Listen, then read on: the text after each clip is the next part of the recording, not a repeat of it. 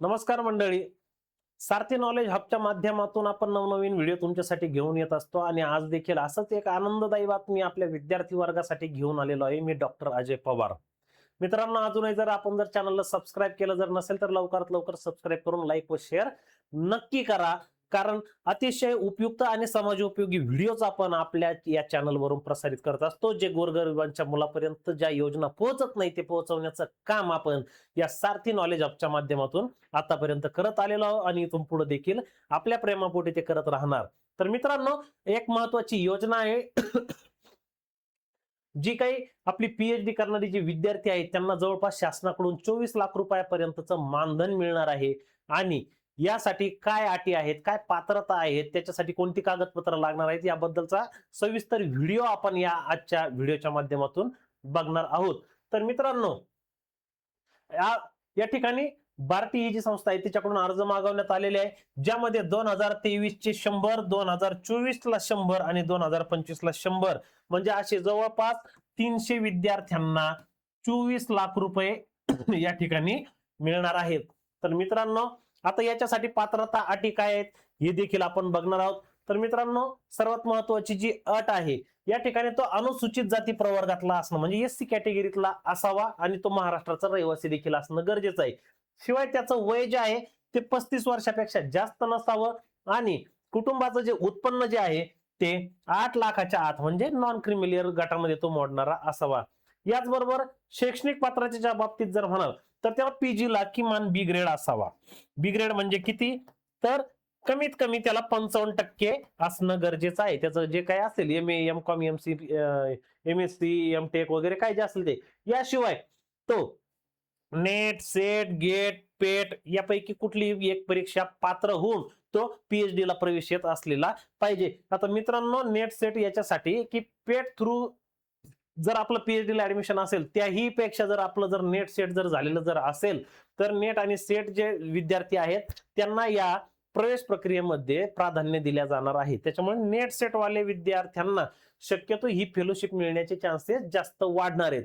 तर यानंतर आता आपण बघूया की याच्यात आरक्षण आता कसं असणार आहे. तर 30% महिला, 5% दिव्यांग आणि 1% तुमचे अनाथ यांना हे आरक्षण असणार आहे. शिवाय आता जागांची कशी विभागणी केली तर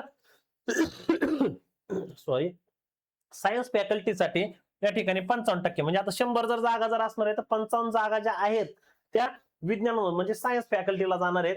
त्याच्यानंतर सोशल सायन्स फॅकल्टीला 25 जागा असणार आहेत. आंतरविद्याशाखीयला 10% म्हणजे 10 जागा आणि कॉमर्स अँड मॅनेजमेंट साठी 10 जागा अशा 100 जागांमध्ये त्याची विभागणी त्यांनी केलेली आहे.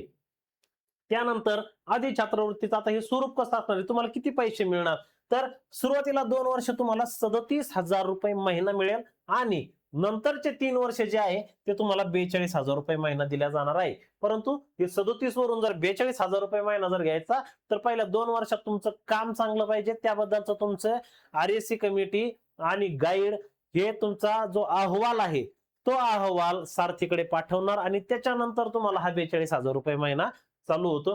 ती नंतरची गोष्ट राहिली, त्या फंदात तुम्ही आता जास्त पडायचं नाही. आणि शिवाय जर दिव्यांग जर असेल तर त्यांना 2,000 रुपये महिना एक्स्ट्राचा मिळणार आहे. शिवाय पूर्वी काय व्हायचं की तुम्हाला घर भाडं म्हणजे या फेलोशिप व्यतिरिक्त तुमचं घर भाडं आणि तुम्हाला वह्या, पुस्तकं, काय पेन वगैरे जे जे लागतील स्टेशनरी त्याच्यासाठी सुद्धा वेगळी पैसे दिल्या जायचे. म्हणजे इथं तुम्हाला सोशल सायन्सचा जर असेल तर 10,000 आणि सायन्स फॅकल्टीचा जर असेल तर 20,000 रुपये अशी रक्कम एक एक्स्ट्रा दिल्या जायची म्हणजे स्टेशनरीसाठी. तर ती सुद्धा आता भेटणार नाही आणि घरभाडे सुद्धा तुम्हाला आता भेटणार नाही.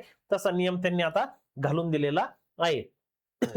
त्यानंतर आता महत्वाची कागदपत्र, ही सगळ्यात महत्वाची गोष्ट की तुम्हाला जी जी आता इथं कागदपत्र दाखवणार त्या कागदपत्रांची झेरॉक्स काढायची, त्याच्यावर सेल्फ अटेस्टेड करायचं आणि त्याच्यानंतर त्याचा PDF फॉर्मॅट बनवूनच हा फॉर्म भरताना तुम्हाला ती कागदपत्र अपलोड करायची आहेत.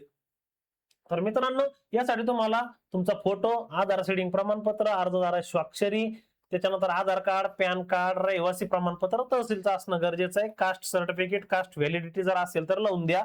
त्यानंतर उत्पन्नाचा दाखला 8 लाखाच्या आत तुमचं उत्पन्न असलं पाहिजे, तो देखील तहसीलचा पाहिजे. त्याच्यानंतर पदवी परीक्षा गुणपत्रक, त्याच्यानंतर पदव्युत्तर म्हणजे पीजीचं तुम्हाला मार्क मेमो जोडायचंय. त्याच्यानंतर तुम्ही नेट, सेट, गेट काय जे असाल पेट वगैरे ते पास झाल्याचं ते प्रमाणपत्र तुम्हाला त्या ठिकाणी जोडायचंय. त्याच्यानंतर पीएचडी कायम नोंदणी म्हणजे काय की कन्फर्मेशन सर्टिफिकेट तुम्हाला पीएचडीचं ते सुद्धा तुम्हाला जोडायचंय. त्याच्यानंतर संशोधन केंद्र रुजू अहवाल म्हणजे जॉईनिंग रिपोर्ट तुमचा रिसर्च सेंटरचा तो जोडायचा आहे. जर तुम्ही दिव्यांग असाल तर त्याचं प्रमाणपत्र जोडा आणि अनाथ जर असाल तर त्याचं सुद्धा प्रमाणपत्र तुम्हाला जोडायचं. एवढी कागदपत्र लक्षात ठेवून व्यवस्थित फॉर्म भरायचा. तुमचे डॉक्युमेंट जर अटेस्टेड जर नसतील तर कदाचित त्याच्यावर सुद्धा तुमचा नंबर तुमचा म्हणजे कटू शकतो, कारण स्पर्धा फार आहे. त्याच्यामुळे सगळ्या गोष्टी काळजीपूर्वक करायच्या. त्यानंतर आता यासाठी ऑनलाईन जे अर्ज जे आहेत ते 1 तारखेपासून चालू झालेले आहेत आणि 31/8/2026 पर्यंत तुम्ही हा फॉर्म भरू शकता. या ठिकाणी लिंक आहे fellowship.trti.maha.in या संकेतस्थळावर जायचं, तुम्ही अर्ज करायचा. त्याच्यानंतर हार्ड कॉपी जी आहे ती 15 सप्टेंबर पर्यंत बार्टीचं जे पुणे येथील कार्यालय जे आहे तिथपर्यंत तुम्ही एकतर पोस्टाने पाठवा किंवा बाय हँड जर शक्य असेल तर तसं जाऊन जमा करा. परंतु या ऑनलाईन अर्ज आणि हार्ड कॉपी जमा करणं या दोन्ही गोष्टी जर असेल तरच तुम्ही मुलाखतीसाठी पात्र ठरणार आहात. ही गोष्ट लक्षात ठेवायची आणि आपल्या मुलांना सांगा की जास्तीत जास्त अर्ज करून या योजनेचा फायदा कसा घेता येईल. जर आपण जर यासाठी पात्र जरी नसाल तरी सुद्धा आपल्या गरजू विद्यार्थ्यांपर्यंत हा व्हिडिओ पाठवून त्यांना जनजागृती करायचं काम आपलं आहे. तर मित्रांनो, अशाच नवनवीन माहितीसाठी तुम्ही सारथी नॉलेज हब या युट्यूब चॅनलला फॉलो करत राहा. मित्रांनो, पुन्हा एकदा नवीन व्हिडिओ घेऊन येईल, अशीच एक नवीन योजना तुमच्या समोर आणेल. धन्यवाद.